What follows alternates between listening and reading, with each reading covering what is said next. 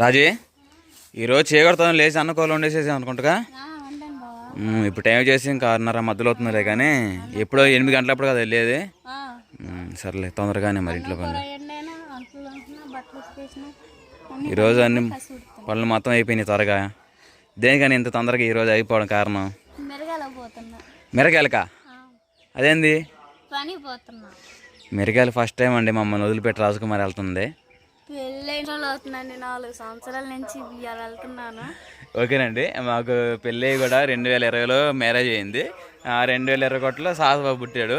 ఇంకా 2022లో సుహాసిని. 2022లో సంవత్సరం గ్యాపేగా. 23లో సుహాసిని పుట్టింది. 23లోనా? ఇంకా 4 సంవత్సరాలు పెట్టి రాజకుమారి ఇంకెప్పుడు నాతోనే ఉందండి.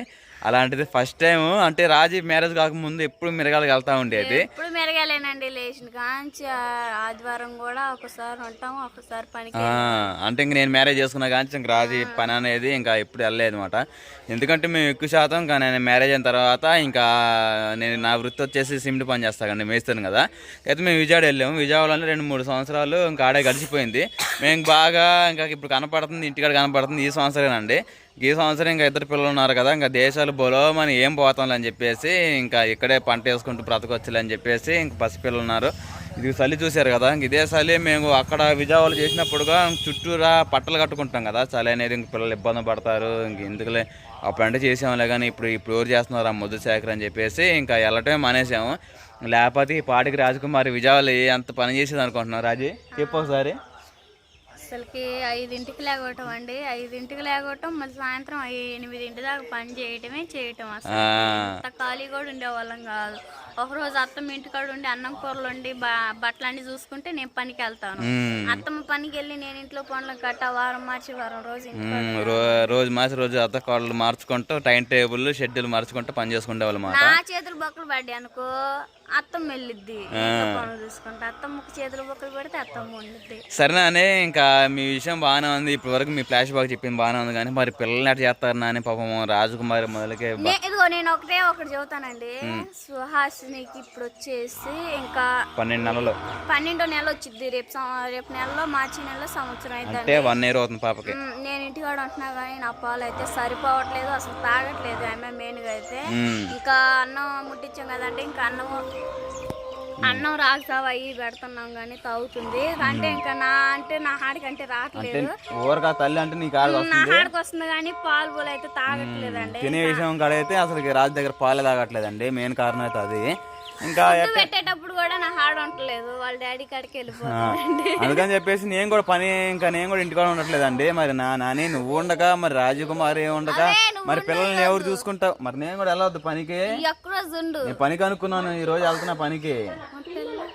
నువ్వు ఇంకా మీ అమ్మ దగ్గర ఉంచుతాను చెప్పావుగా.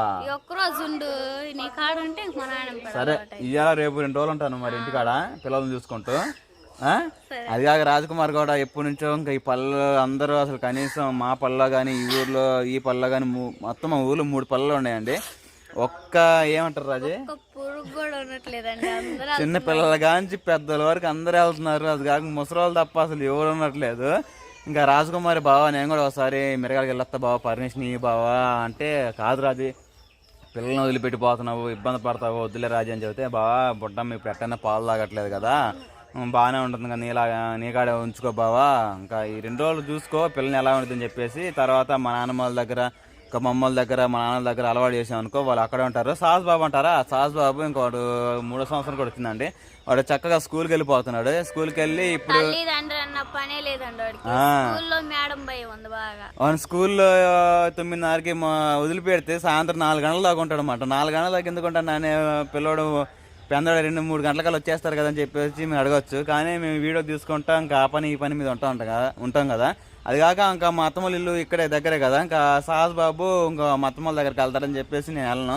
అయినప్పటికీ వాడు అక్కడికి వెళ్లకుండా స్కూల్లోనే ఇంకా టీచర్స్ ఉంటారు కదా, బుక్స్ అయితే ఇంకా అవి రాసుకుంటూ బాలింతలకి గుడ్లని ఇంకా అవి రాసుకుంటూ, మేడం 5 దాకా ఉందనుకో, మేడం పక్కనే ఉంటాడండి. ఇంకా వెళ్తూ మేడంది ఊళ్ళోనే ఉండేది. మేడం అయితే ఇంక వెళ్తూ సాహస్ బాబుని ఇంకా మా కాడ వదిలిపెట్టి వెళ్ళిద్దండి చెవుడు దాకా. మళ్ళీ 12ంటికి అన్నం పెడతారు. మళ్ళీ ఇంట్లో అడిగినట్టే అమ్మ ఊ అని అడుగుతాడంట. ఆయమ్మ మా పెద్దమ్మేనండి. ఊ అడిగితే అన్నం పెట్టమని మళ్ళీ 2 3 కొప్పేసి వాడి కోసం ప్రత్యేకంగా అన్నం ఉంచిద్దంట. వాడి కోసం మళ్ళీ కలిపి అంటే ఎందుకంటే ముఖ్యంగా పల్లెలోనే ఇంకా స్కూల్ మాట, ఇంకా అందరూ తెలిసిన వాళ్ళే మాట, ఇంకా చిన్నమ్మ బాబాయ్ అత్తమ్మ ఇలాగ అనుకుంటా. ఓకేనండి. ముఖ్య కారణం అయితే ఇంకా నేనేమో పనికి వెళ్తున్నాను, రాజకుమారి ఏమో పనికి వెళ్తుంది. ఇంక ఇన్నాళ్ళు పెట్టి ఇంటికాడ ఉన్నాం కదా, ఇంకా ఇప్పుడు దాకా రాజకుమారి ఉందంటే ఇంకా పిల్లల్ని చూసుకుంటూ ఇంకా ప్రెగ్నెంట్ అని పిల్లల్ని చూసుకుంటానని చెప్పేసి 4 సంవత్సరాలు గడిచిపోయింది. ఇంకా ఈరోజు మొదటిసారి ఇంకా రాజకుమారి అయితే పనికి వెళ్తుంది. నేను కూడా పనికి వెళ్ళాలి, ఎందుకంటే ఇల్లు గడవాలంటే ఇద్దరు భార్య భర్తలు చేసుకుంటేనే ఇల్లు సంవత్సరం అనేది ముందు సాగిద్దండి. పిల్లలు ఎడుతున్నారు అనుకుంటా, సుహాసం తీసుకొని రాపో. అందుకని చెప్పేసి రాజకుమారి ఇంకా బాగా ఇలా కాదు బావా, నువ్వు పని చూసుకో నేను పని చూసుకుంటాను, ఇంకా ఇద్దరం కుటుంబాన్ని నడుపుకోవాలంటే మన ఇద్దరం ఒక ఏంది రైల్వే ట్రాక్ లాగా ఉండాలన్నమాట, ఒక ఇంజన్ లాగా. ఎందుకంటే మన పిల్లలు ఉన్నారు, మన పిల్లల్ని లాక్కుపోవాలంటే మన ఇంజన్ అంటే వాళ్ళని మన బలంగా ఉండాలి అని చెప్పేసి రాజకుమారి అంటుంది. అందుకని చెప్పేసి రాజీ నిజం రాజీ, ఇంకా ఇద్దరం కలిసి పని చేసుకుంటేనే పిల్లల భవిష్యత్తు బాగుంటుంది ఫ్యూచర్లో కూడా. అడుగుంది మా తమ్ముడు అలా అత్తమ్మ అండి, జాగ్రత్త.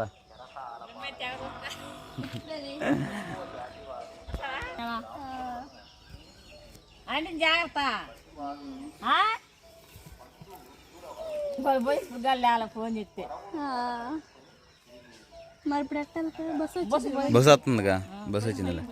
జాగ్రత్తగా వెళ్ళొస్తా మరి, బుజ్జాలు అమ్మండి. సరే రాజీ, ఇంకా నేను కూడా పిల్లల్ని 2-3 రోజులు నేను చూసుకుంటాను. ఆ లోపల అలవాటు అయ్యే లోపల ఇంకా నువ్వు కూడా ఇంకా మిరగాలకి వెళ్ళు.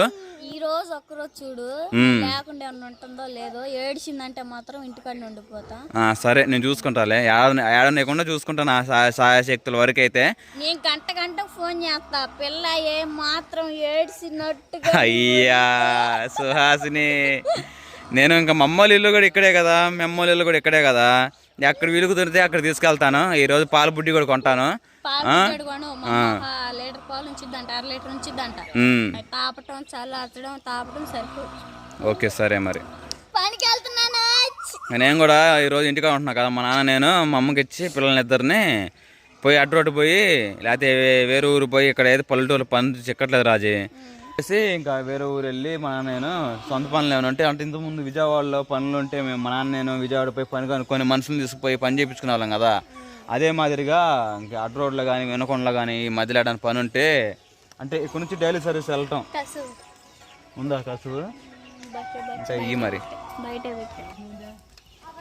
ఏమా గుడ్ మార్నింగ్ చెప్పు. బట్టా సాధు బాబు, మా పిల్లోడు ఉన్నాడు ఒకడు, వాడు ఖాళీగా ఉన్నాడు, వాడు ఏదో చేస్తూనే ఉంటాడు. ఏం సంగతిలో గుండుపాలెం పోవాలి నువ్వు డ్యూటీ? హాయ్ ఎప్పుడు తాతకే, ఇది మా ఊరే తాత అనరా. సరే రాజీ, ఇంకా పా మరి క్యారేజ్ పెట్టుకుందని.